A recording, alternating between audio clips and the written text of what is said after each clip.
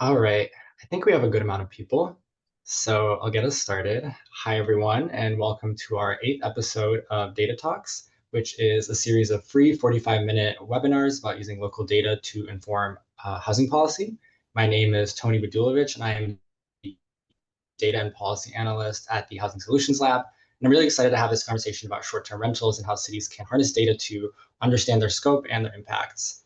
Today, I am joined by Nora Carrier, our predoctoral research fellow and soon to be our city engagement and research associate, who will be speaking with us about rental registries and other data sources that you can use to understand short-term rentals.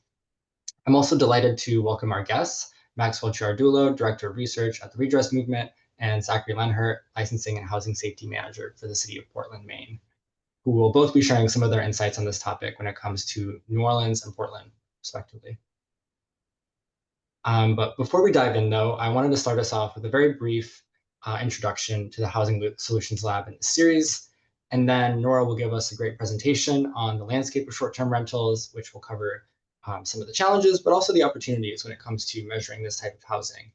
And then we'll have a conversation with Maxwell and Zachary about their experiences with short-term rentals on the ground. And then lastly, we'll have about 10 to 15 minutes for your questions. So please feel free to submit questions via the Q&A function at any time during the session, and we will get to you hopefully in as many as we can. Okay, so now for a little bit of an introduction, if you're not familiar with the Housing Solutions Lab, we're based at the NYU Furman Center, and our mission is to help small and mid-sized cities plan, launch, and evaluate housing policies with the overall goal of advancing equity, health, and well-being. So thank you so much for joining us today, and I hope you'll also take the opportunity to view some of our past episodes on our website and register for upcoming ones as well. Each of these sessions has a fireside chat with someone like Maxwell or Zachary who has experience on the ground, and we also post recommended reading as well. You can also see videos of all of our webinars along with recommended reading on our website, and I'll drop the link in the chat shortly. And without further ado, I'm going to turn it over to Nora. Thanks, y'all. Thanks, Tony. I'm going to lead us through a short presentation on the variety of data sources municipalities can use to understand short-term rentals and their local impacts. Thanks again to Tony Budulovic and to Claudia Aiken and Will Viederman on their work on this. So to start us off, what are short-term rentals and what are their impacts on a community's housing stock? Short-term rentals, or STRs, are housing units rented for less than a year, typically a few weeks or nights. Popular listing sites for short-term rentals include Airbnb and Vrbo or VRBO, and short-term rentals can be owned by both owner-occupants and institutional investors. Research shows that short-term rentals may stimulate economic growth in a community. A 2021 study found that a 1% increase in Airbnb listings in Chicago preceded increases in residential renovation permits, retail renovation permits, and businesses licenses in the following quarter. But short-term rentals can also reduce the number of long-term rentals and can raise rents. These effects are discussed in multiple studies. One specific example is a 2018 study that used nationwide Airbnb data to estimate a slight increase in rents and home prices from a 1% increase in Airbnb listings. The study also found that areas with higher rates of owner-occupied properties demonstrated less of these effects than areas with higher renter occupancy rates. Given these effects, cities may want to understand how STRs exist in their community. However, a number of challenges exist on this front. First, short-term rentals can be scattered across the city, both in tourist areas and more residential neighborhoods.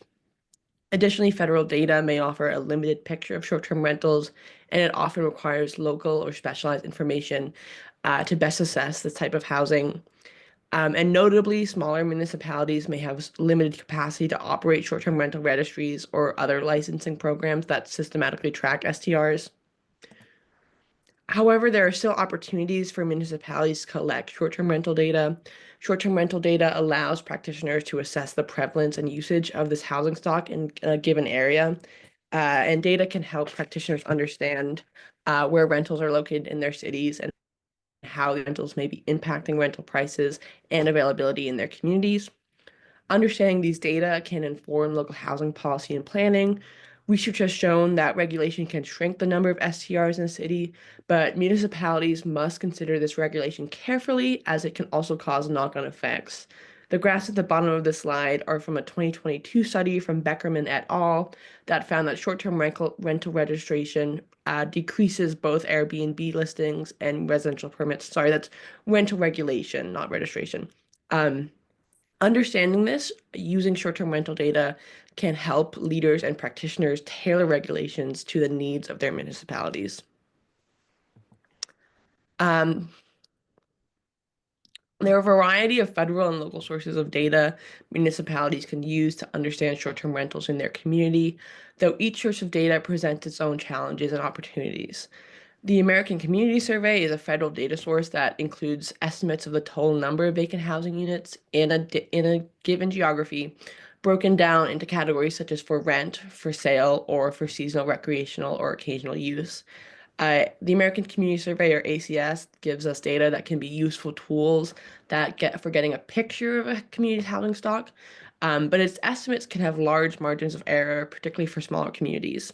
Because of this, it is helpful to pair ACS data with locally collected data.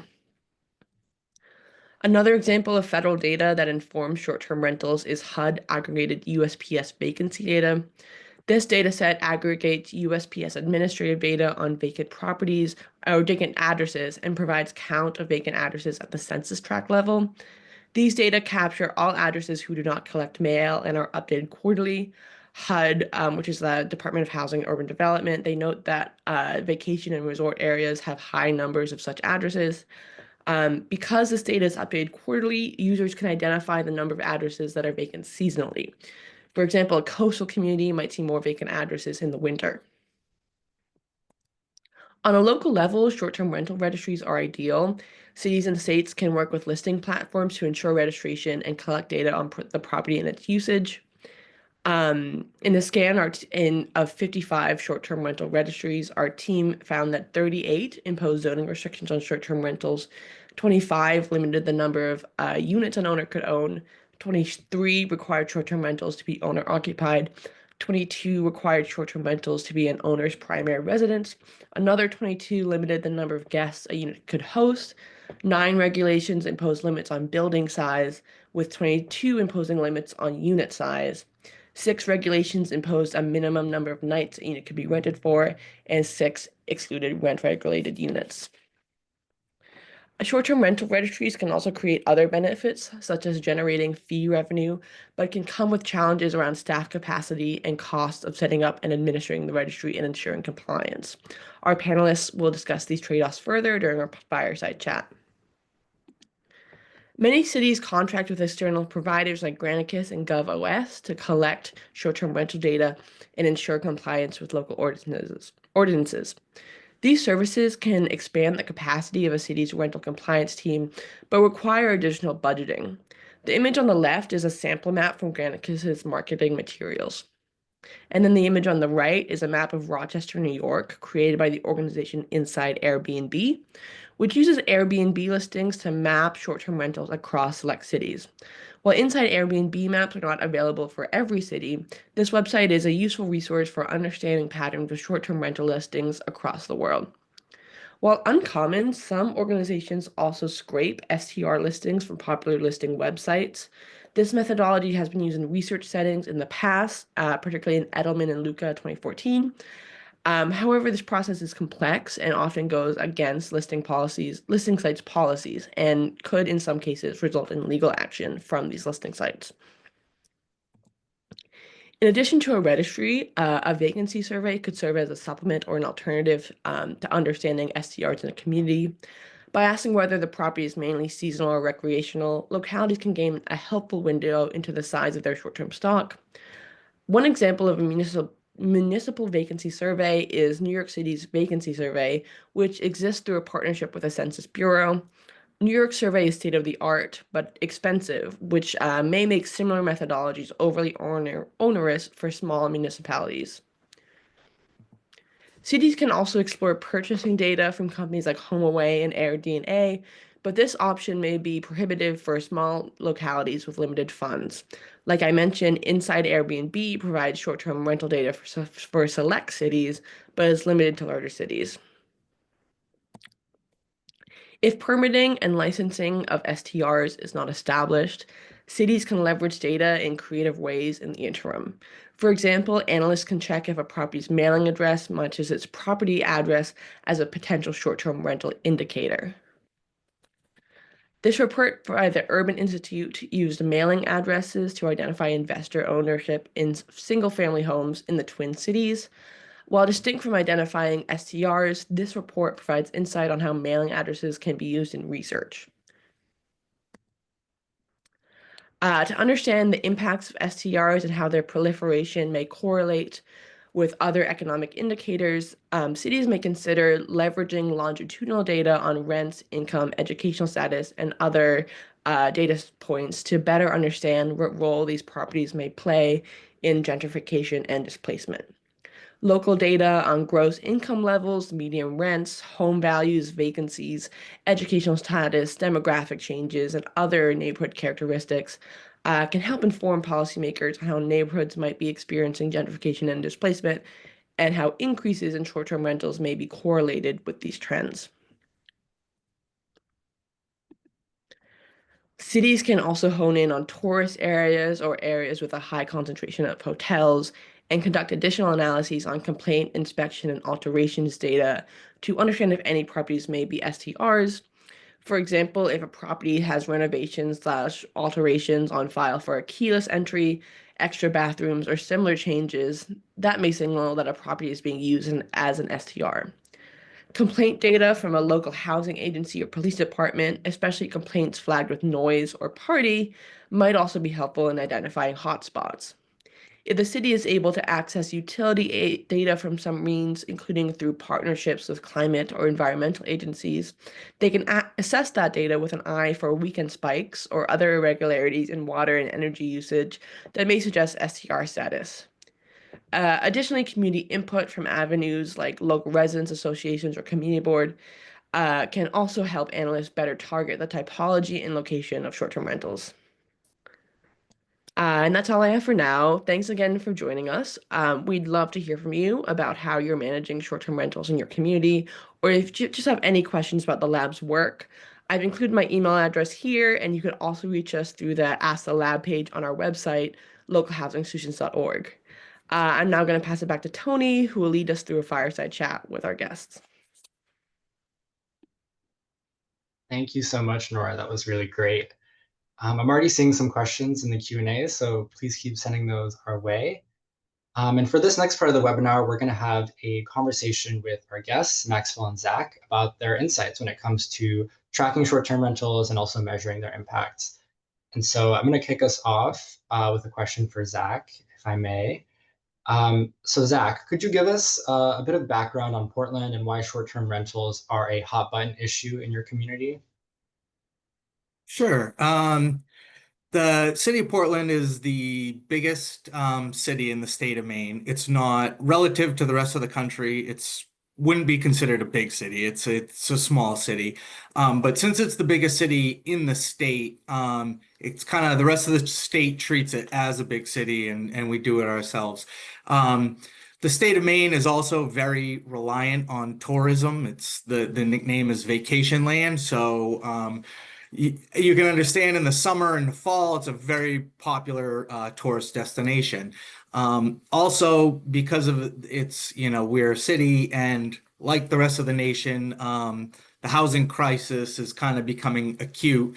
And so everyone's kind of looking on the margins of where the housing is going and how housing is being used. That combination of us being a tourist state and the housing crisis really brings that issue to the forefront in our office. And those rules are discussed often when housing topics get brought up. The short-term rental issue is brought up quite often, and how it affects housing and rents and housing costs. Got it. Yeah, thanks so much for sharing. I have a very similar question for Maxwell, which is, can you also provide a little bit of background on the short-term rental landscape in New Orleans and how the city has tried to address that type of housing. Yeah, absolutely. And for just sort of full disclosure, so I'm with the Redress Movement now, but for a decade before this, I was the Policy and Communications Director at the Louisiana Fair Housing Action Center. So that's mostly what I'm going to be talking about is my experience there, working on short-term rental policy in the city of New Orleans. And tourism is a larger sector of the economy in New Orleans than it is in most places, right? It's not just Mardi Gras, Jazz Fest, Essence Fest, Super Bowl, Sugar Bowls, conferences, weddings, bachelorette parties. Every weekend, every week, there's people here. And because of the large demand for tourist lodging, the opportunity for short-term rental profits has historically been really high.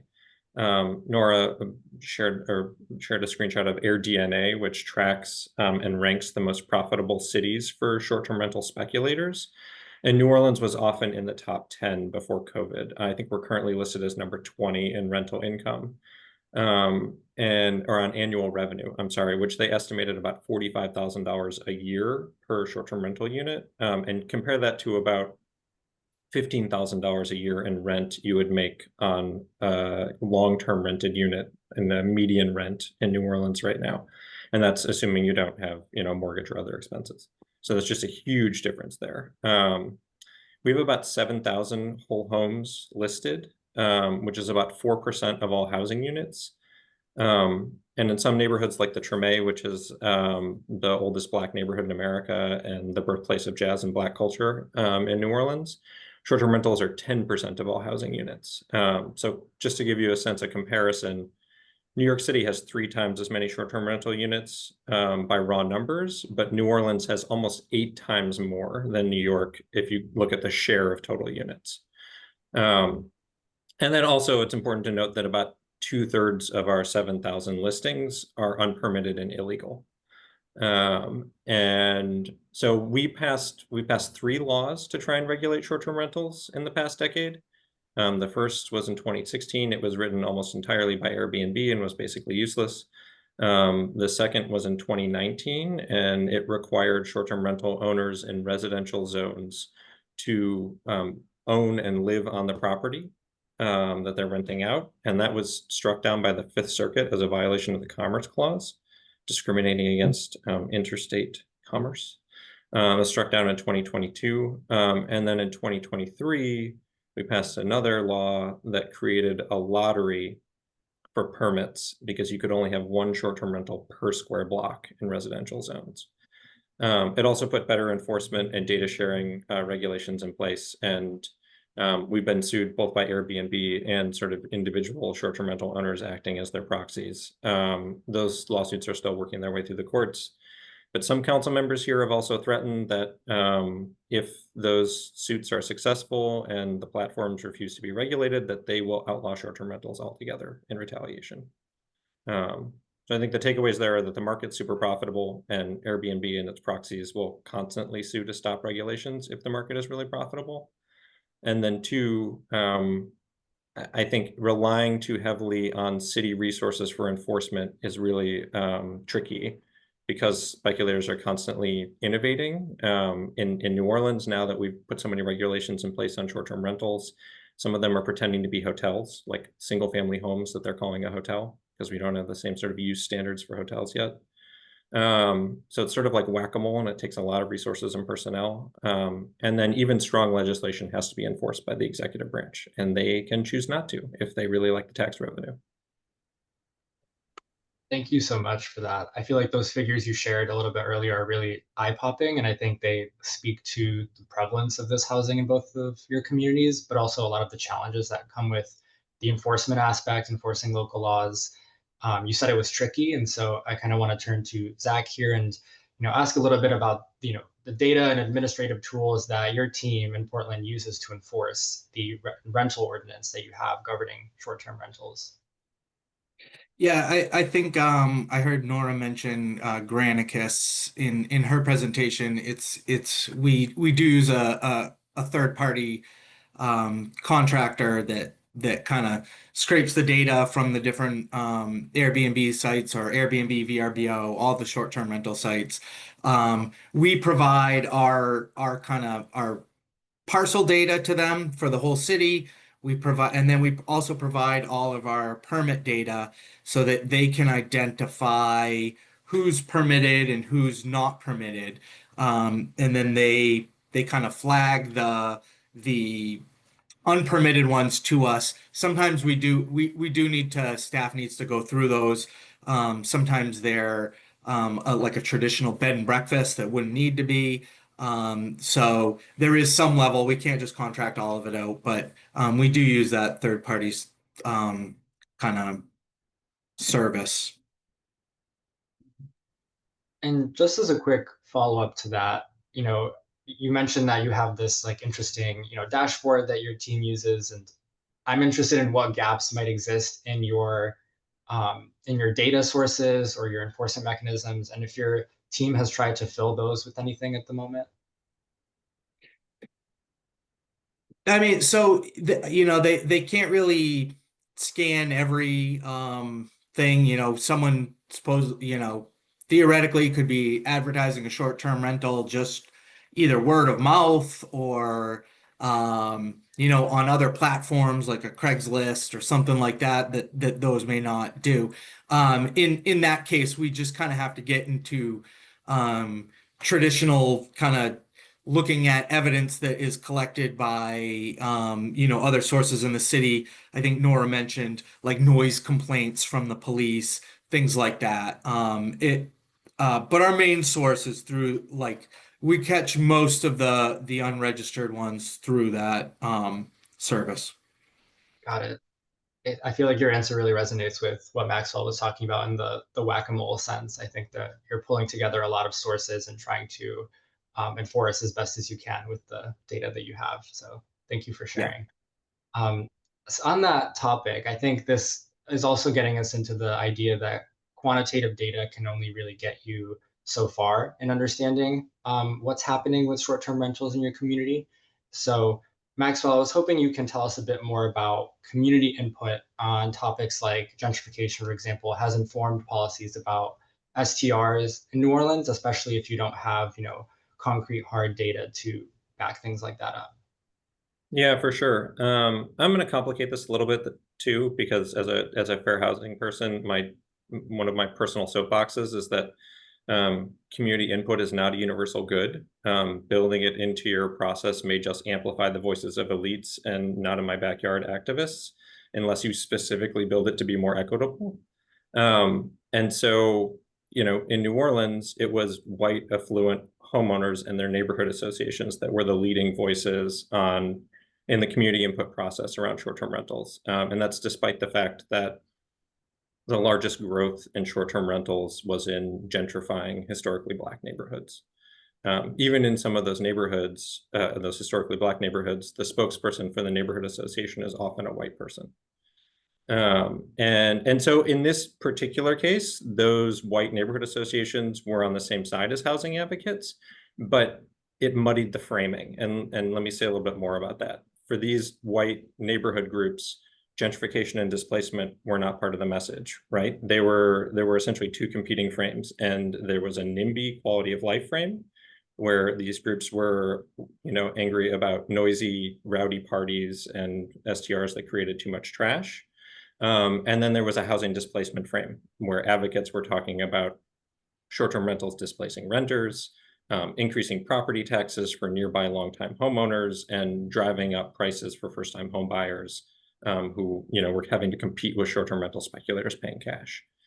And so housing advocates tried to amplify that second frame. And I think it better represents how most working class New Orleanians, both Black and white, feel about short-term rentals. I mean, Black, white, and other people of color.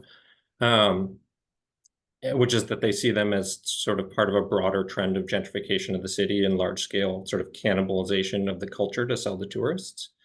But those folks can almost never make it to city planning or city council meetings, right? They're at like 1 o'clock in the middle of the day. And you have no idea when your turn to comment is going to come up. So I would say that we basically fought to a stalemate with regard to those competing frames. Elected officials see the issue as both housing and quality of life issue now, and they have respected it as something that they have to pay attention to during elections. Unfortunately, it's often the only housing issue that gets talked about during elections, and there are other ones. I think the other group that doesn't speak publicly but does carry a lot of sway in back rooms is the hotel lobby, which again you're not always on the same side with them, but in this case they see short-term rentals as cutting into their profits, and so that was actually a benefit. But that's something to think about in every place. That's super interesting. Thank you for sharing all of that. It seems like you're getting at a lot of these, shifting tides and coalitions over time when it comes to the short-term rental issue. And so I want to kick it back to Zach really quickly to talk about this idea of change over time, because Portland's short-term rental market has changed over time. The ordinance has changed over time. So we're interested in what those changes have been on a descriptive level, but also some of the major lessons that Portland has learned and your team has learned when it comes to enforcing the different types of ordinance. Sure. So I started in my position with the city of Portland kind of in the beginning of 2021. So we were kind of right in the midst of the pandemic lockdowns. The tourism industry was kind of really down. So the housing issue though was still a big deal. But we've really seen kind of the demand for these short-term rentals really spike since that time. We're getting, the tourism industry has really kind of rebounded back to pre-pandemic levels. So we have seen demand increase a lot. The city of Portland also has kind of areas. We have a community in the city of Portland that's Peaks Island. That's an island community that's kind of very seasonal and very kind of vacation oriented.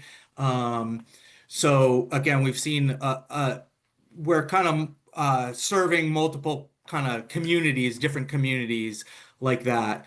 One of the major lessons kind of we've learned about that I've learned, especially since this, is kind of communicating to the public is a challenge.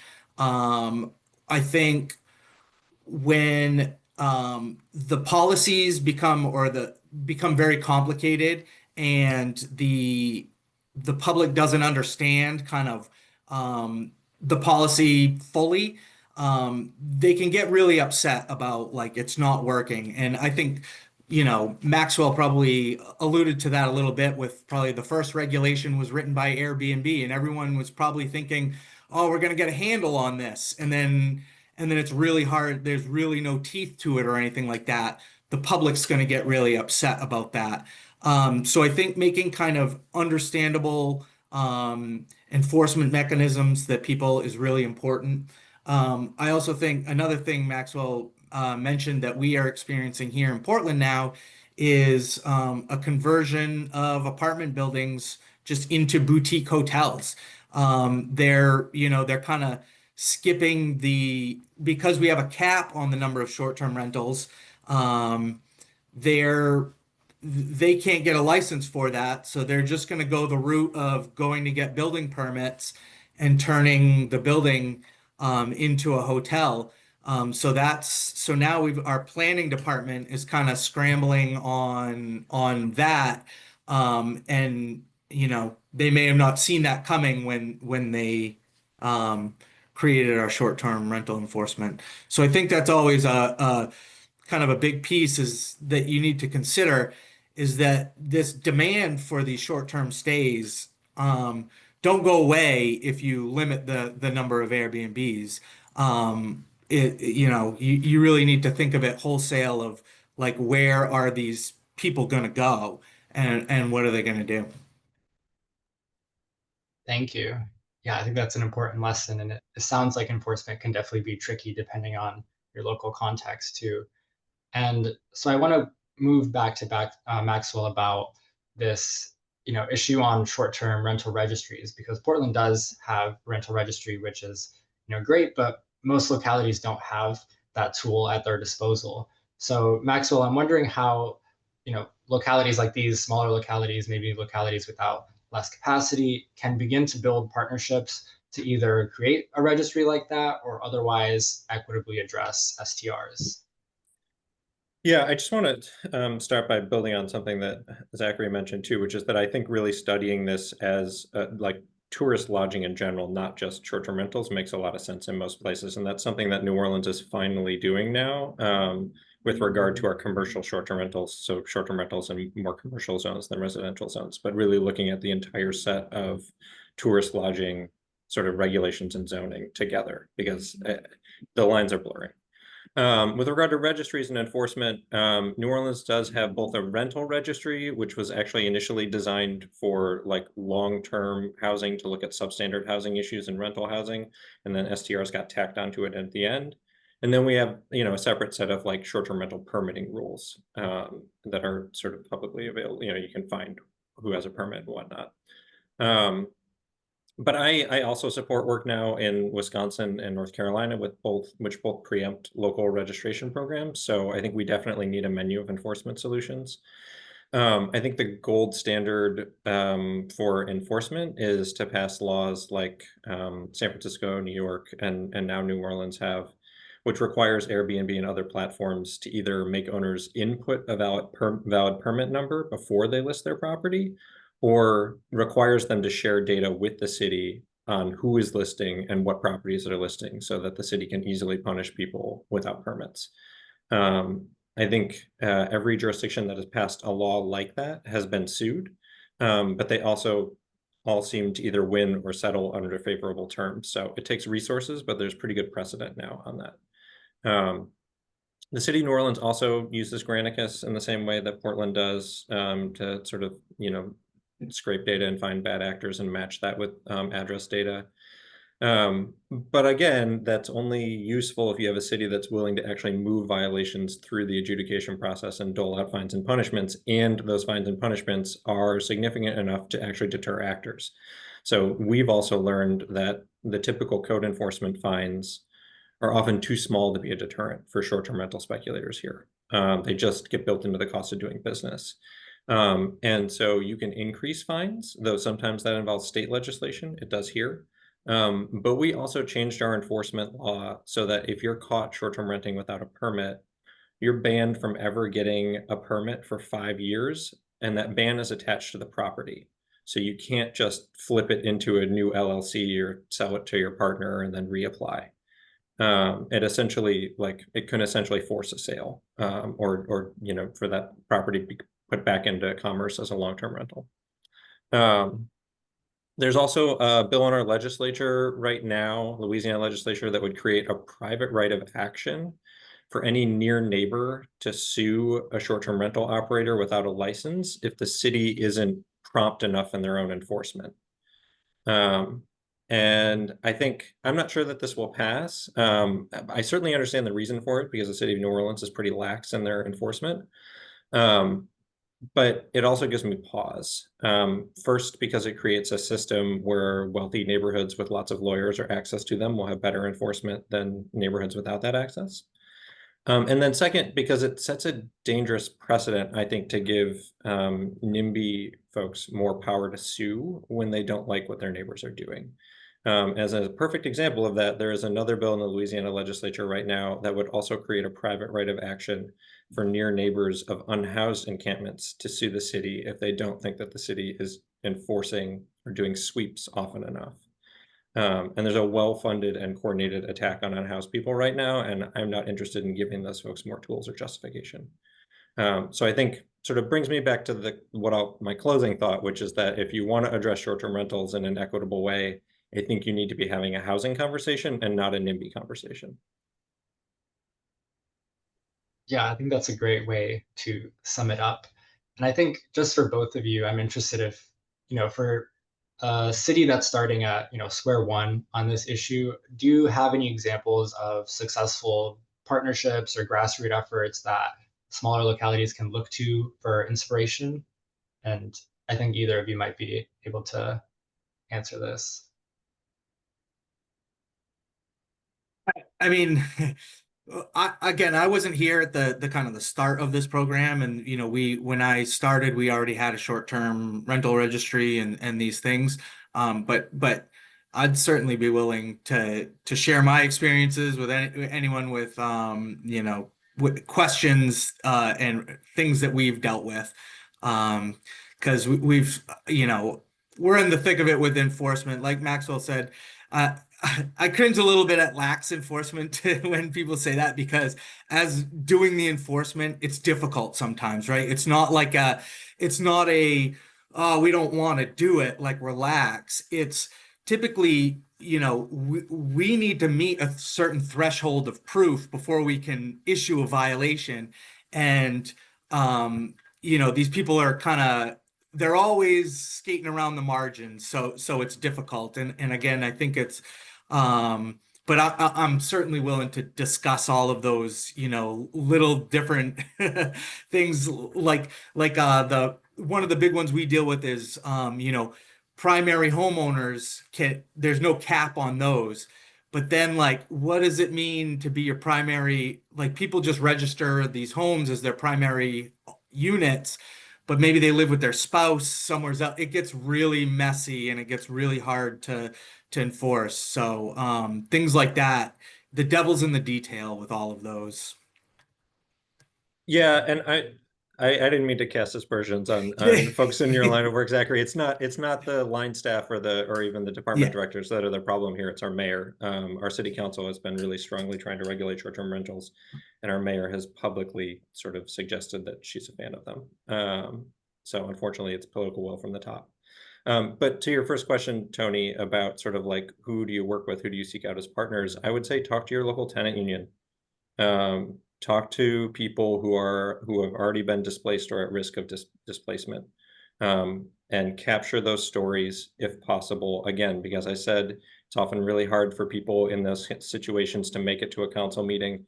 Capture their story, get them on camera talking about it, have them write an op-ed. Let that be the conversation, sort of the piece that drives the conversation, rather than the neighborhood association board member who wants to yell about the bachelor party next door.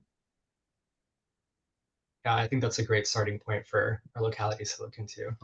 Yeah, thank you both for sharing your insights. We're getting some great Q&A questions in the chat, so I want to turn to some of those. I think the first one I want to go to is one that might be best suited for Zach. It's about enforcement measures and those subscriptions. This person's interested in how, you know, subscriptions to these third-party services that you mentioned, how are they funded? You know, is that entirely through STR registration fees? You know, how does the city obtain funding for something like that? Yeah, so we have that's paid for with our short-term rental registration fees. Okay, perfect. Pretty simple. Yeah. And I think either of you can answer this question because it's kind of geared toward both. But for, you know, New Orleans and Portland, do any of your neighboring municipalities also have some sort of regulation of rental property or STRs that's similar?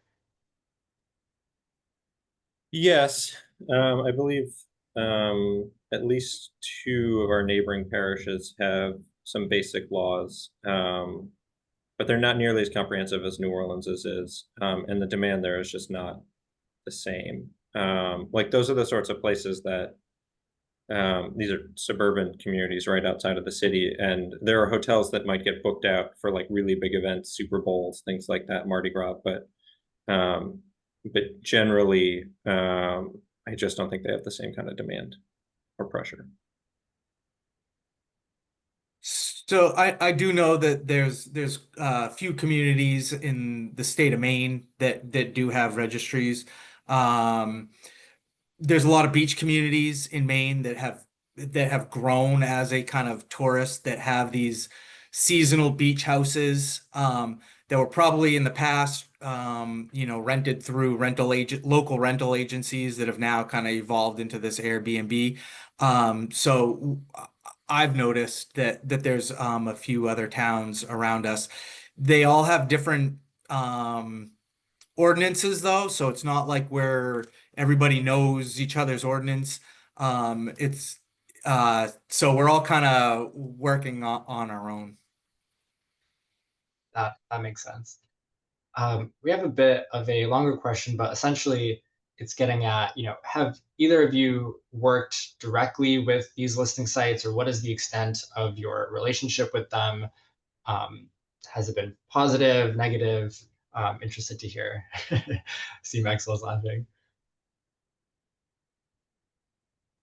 I could jump in. I don't have most of our contact is through our third party contractor. We've been contacted by the Airbnb sales team. There's the Airbnb cities, or I forget what they call it, but it's essentially, it sounded like what we're getting from our third party contractor, but it's only Airbnb. It's not going to do VRBO and the other ones as well.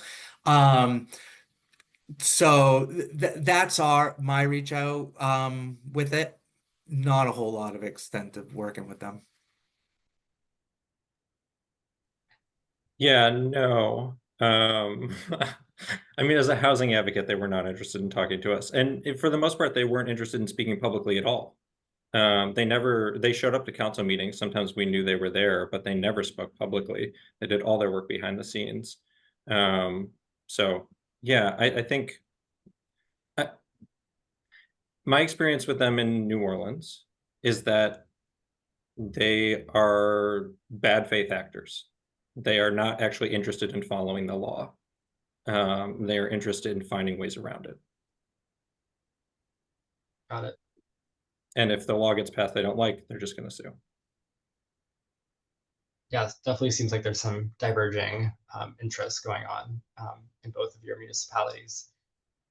There's a couple of questions that are getting at something like this. So I want to maybe condense it into one question, but a few people are interested in how short-term rentals essentially interface with affordable initiatives, homelessness initiatives. Is that discussion that is happening in your localities, or is that something that's being baked into the policy? Yeah, would love to have either of you address that. It has been a part of the conversation here, and it is something I have been particularly interested in. In New Orleans, the way we regulate short-term rentals is split between residentially zoned areas and commercially and mixed-use zoned areas. And traditionally, the focus has been almost entirely on residentially zoned areas, again, because the fight was driven by neighborhood associations.